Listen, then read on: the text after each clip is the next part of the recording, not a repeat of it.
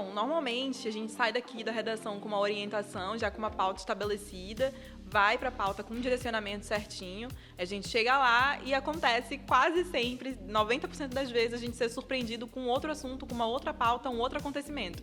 E aí o repórter tem que estar preparado, né? Tem que estar por dentro de tudo para poder contextualizar com o que já estava acontecendo antes.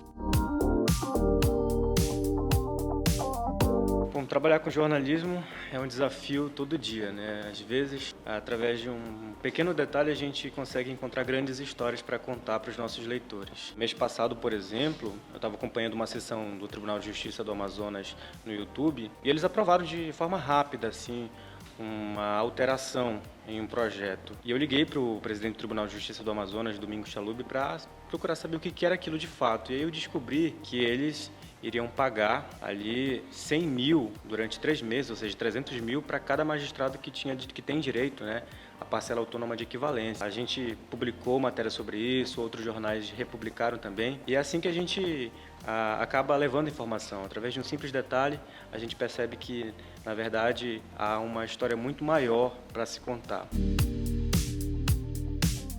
Além de você estar bem informado, você também tem que ter esse feeling, né? Essa sensibilidade para perceber que o que passa por você também tem potencial de ser notícia. Um exemplo disso foi quando na segunda-feira, 2 dias após os ataques criminosos que aconteceram aqui na cidade, a gente saiu única e exclusivamente com o intento de falar sobre o clima em Manaus após esses ataques, né? Porque a cidade estava amedrontada, as pessoas não estavam saindo de casa, não havia movimento nas ruas. E a gente foi para o centro para falar sobre isso, sobre o clima, né?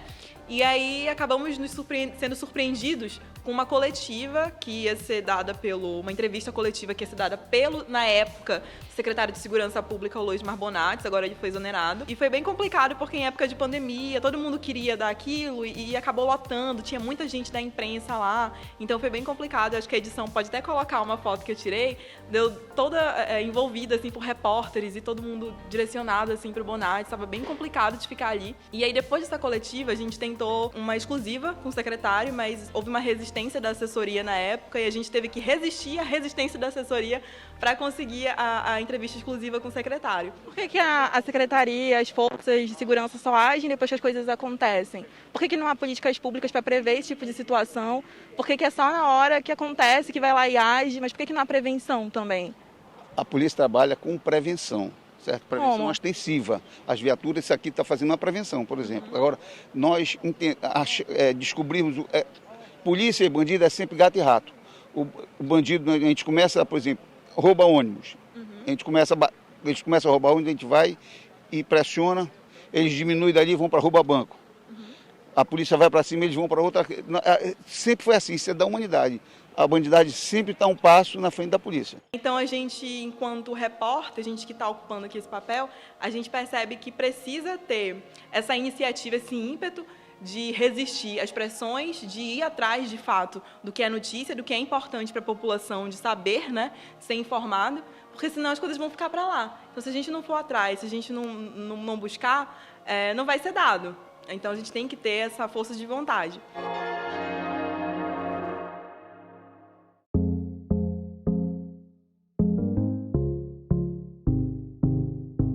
Diariamente é uma luta muito difícil para nós podermos levar as melhores imagens, as melhores notícias para nossos seguidores, porque muitas vezes a repórter está envolvida em um fato, mas eu, como estou por trás das câmeras, posso ver uma outra coisa acontecendo, chamá-la e fazer com que haja uma conexão todo o tempo entre o repórter e o cinegrafista e podermos levar outra informação que possa ser mais relevante. Então, isso é uma luta que a gente tenta fazer durante o nosso dia a dia.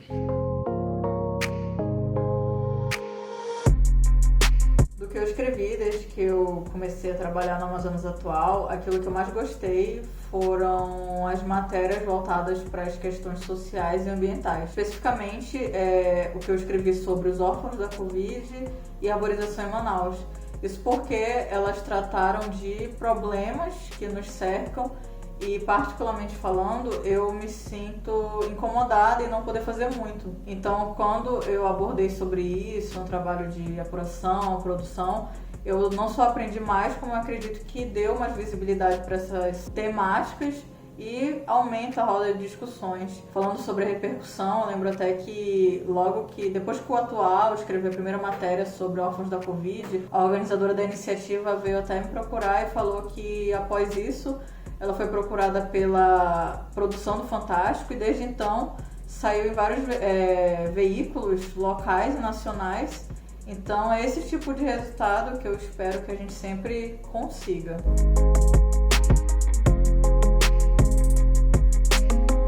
Destaco aqui para vocês um desses momentos nesses 2 anos de cobertura do Amazonas Atual, especificamente sobre o dia 6 de junho de 2021.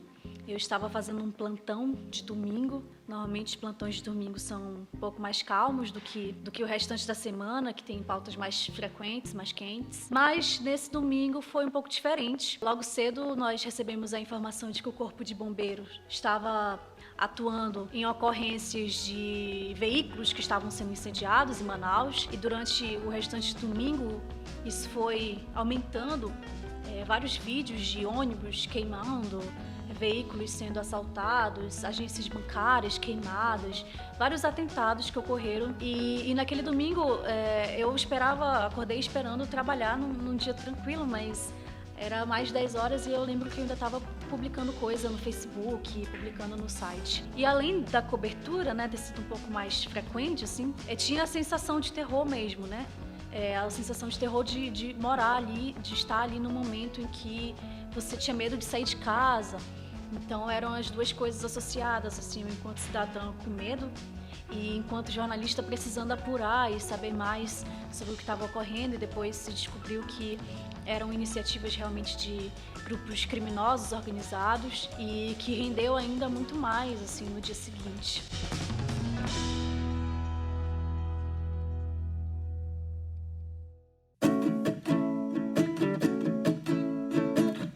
Eu sou um dos mais novos integrantes da equipe do Amazonas Atual.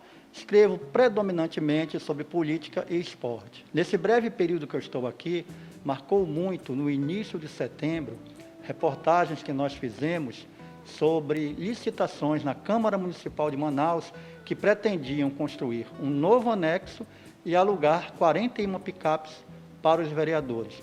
Foi um fato de grande repercussão que acabou levando a presidência da Câmara a cancelar essas licitações, e teve também muita repercussão nos outros meios de comunicação que, a partir da nossa reportagem, passaram também a tratar do assunto.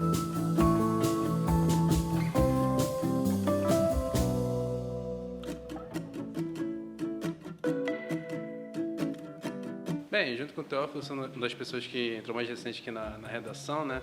E a minha função aqui dentro é cuidar das redes sociais, né, do site, né? As redes sociais agora, elas são uma ferramenta que ajuda bastante, né, tanto na divulgação quanto na propagação mesmo das notícias, né? Ajuda muito a dar uma maior repercussão e visibilidade, né, nos assuntos que são abordados aqui no Amazonas Atual, né? E acaba também dando uma maior proximidade, né, com os nossos leitores, né? Então a gente acaba tendo uma boa ideia de que são as pessoas que seguem a gente, que leem a gente, as pessoas que interagem também, né, compartilham. Enfim, dá para criar uma maior proximidade e também interpretar bem o que as pessoas querem ler ou saber, né?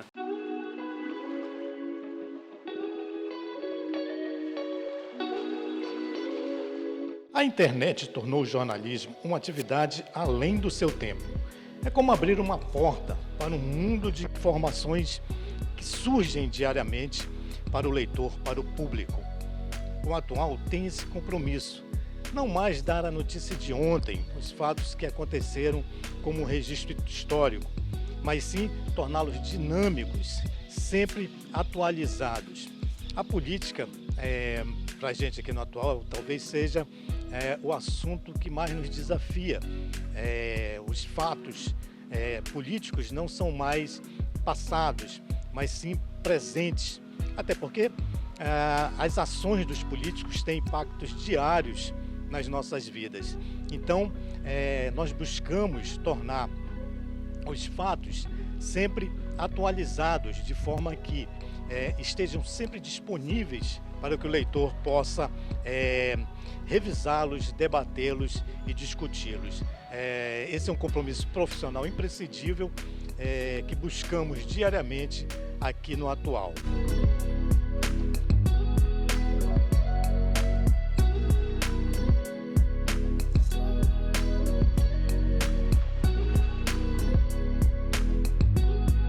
O Amazonas Atual é uma empresa que quer se firmar como uma instituição de jornalismo.